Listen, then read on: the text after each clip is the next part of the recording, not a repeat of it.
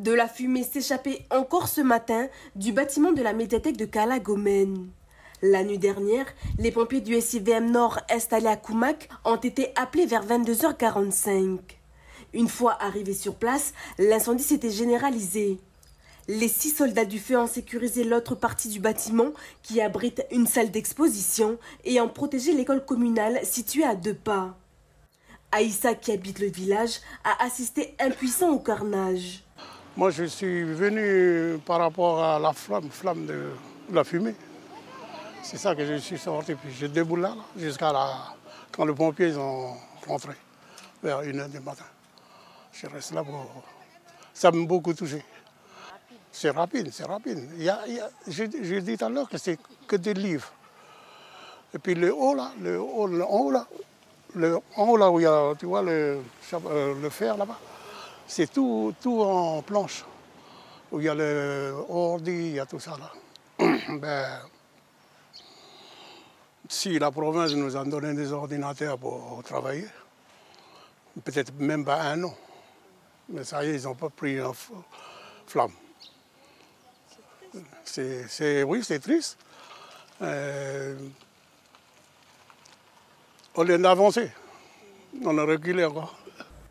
Pour le vieil homme, c'est une maison commune, un outil d'utilité publique qui vient de disparaître. Tous les lundis matin jusqu'à vendredi, il y a toujours du monde ici, devant la médiathèque. La médiathèque, il nous rend trop service à la population. Soit des gens de Pangou ou de Wayanguet qui viennent ici pour faire photocopie de leur papier. Faire le papier de nos enfants. Aujourd'hui, ce matin, ils sont arrivés, mais il n'y a plus rien.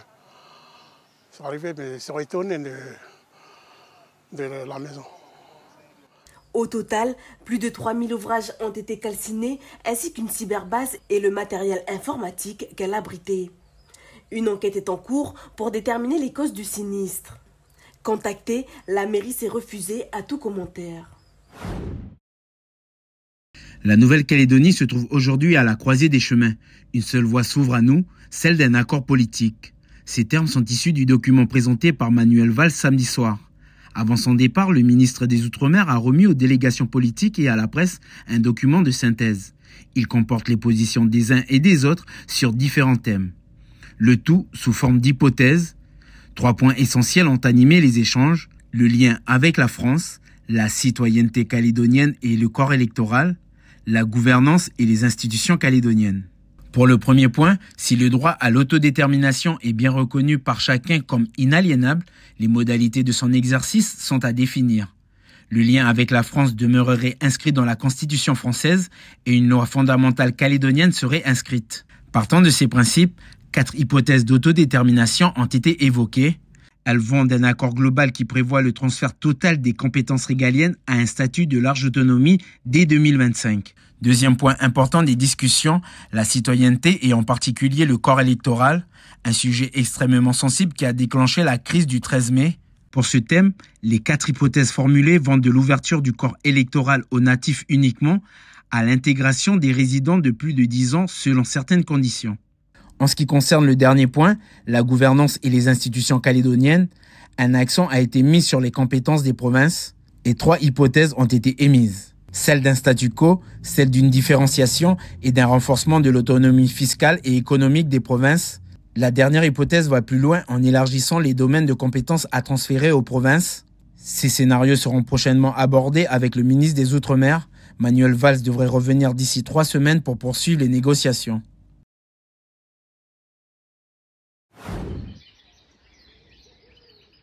Il est 5 heures et le soleil se lève à peine ici à Rivière-Salée. Mais la journée a déjà commencé pour Samuel, réveillé depuis 4h30. Le temps de prendre un petit déjeuner et de se préparer, il se met en route pour aller en cours. Le collège du quartier étant fermé, il doit se rendre au collège de Port-de-Fer. Mais sa mère n'a pas les moyens de lui payer un transport.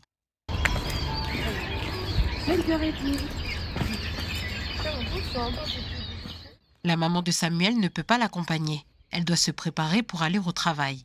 Après un rapide au revoir, le trajet commence pour le jeune garçon.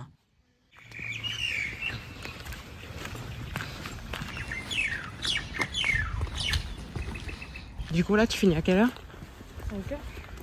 Quand tu finis à 17h, tu fais comment après? Pour rentrer? Je reviens à marchant.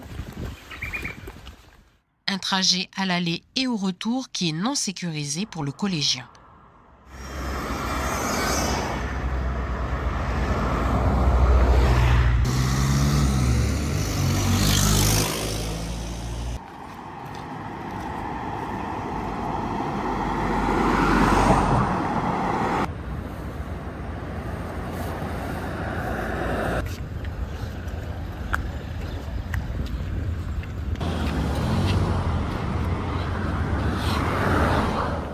Ce chemin, le jeune garçon l'emprunte depuis l'année dernière, depuis la fermeture du collège de Rivière-Salée.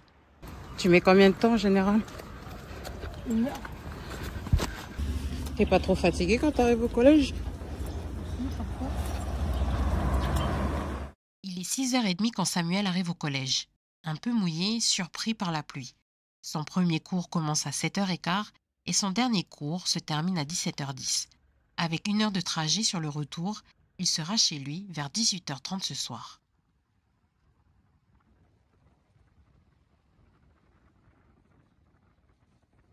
Cette fois-ci, je peux dire que je suis enfin seul sur l'île. Seul pour une retraite de 240 jours, Mathieu Juncker prépare cette aventure à la fois humaine et scientifique depuis près de 2 ans.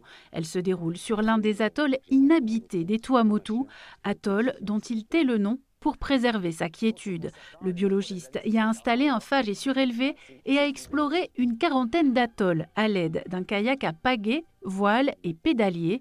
8 mois plus tard, les cheveux mi-longs et 12 kilos en moins, il fait son retour à la civilisation. J'avais du matériel, j'avais un dessalinisateur pour, avec l'eau du lagon, faire de l'eau douce, une bâche de récupération des eaux de pluie, du matériel pour pêcher bien sûr. Voilà, j'ai appris également auprès de Pomotu, en fait, quels étaient les poissons que je pouvais manger sur place, ça dépend des atolls. Pour moi, la survie n'était pas du tout une fin en soi, je n'étais pas intéressé par le trip survivaliste. Ce qui m'intéressait, c'était d'observer sur un temps infini cette faune sauvage extraordinaire, et puis aussi d'écrire, de la filmer, de la photographier, bref, de pouvoir finalement illustrer un peu et partager aujourd'hui, en fait, voilà, ce caractère exceptionnel. Privé d'Internet, le scientifique ne disposait que d'une connexion satellite en cas d'urgence et de quelques échanges furtifs avec sa famille par SMS et courrier. Alors voilà papa, cette expérience, c'est ton rêve. Vis-le à fond et jusqu'au bout, coûte que coûte. Prends soin de toi, sois vigilant, courageux et surtout profite.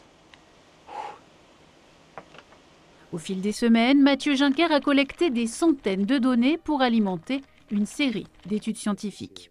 Cet oiseau qu'on appelle le chevalier Tuamotu, qui est une espèce qui est endémique et qui est protégée par le Code de l'environnement de la Polynésie française, eh bien elle-même, elle est vraiment en déclin. Les effectifs ont été divisés par 2 ou par 3 en 20 ans.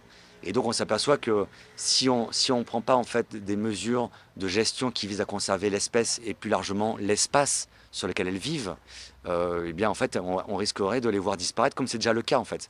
Cette espèce-là, il y a 30 ans, elle était sur 17 atolls en fait. Aujourd'hui, elle est sur environ 5 atolls et il n'y a que 3 qui ont vraiment une population significative. Kimoa Kiteko Papé à contre-courant fera l'objet d'un film et peut-être même d'un ouvrage, des supports pour inciter encore davantage la communauté à s'engager pour que ce patrimoine puisse être préservé.